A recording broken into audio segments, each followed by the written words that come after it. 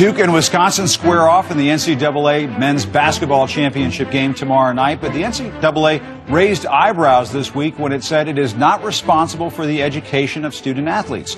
Joining me, columnist and CNN sports analyst Christine Brennan and LZ Granderson, ESPN senior writer and CNN commentator. And I just want to start off by reading this statement from the NCAA because it does open up this conversation very well. They say, "We embrace our role in providing student athletes the skills for what comes next in life. It's our commitment and our responsibility to give young people opportunities to learn, play, and succeed." They worked a really long time on this statement. It's very well crafted. Do you buy it? Well, I do understand, Jim, that the NCAA is being buffeted in all ways. On the one hand, you want people paying athletes. On the other hand, you want people saying, what about the student athlete?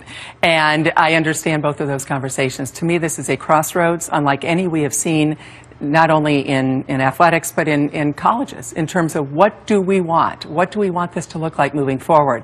And so I think the NCAA saying that they're not involved with the education of student athletes is ridiculous, right. But I also understand that they cannot be literally monitoring every classroom at every university in this country. And Elsie, I mean, this has become a massive industry. March Madness and the Final Four that we're seeing right now in Indianapolis, we have to say, I mean, it is pretty unbelievable what we've seen so far. It's been a great sports spectacle. The student athletes don't get paid. They are basically pawns in what is a massive industry. What do we do about this? We just let it continue the way it is right now?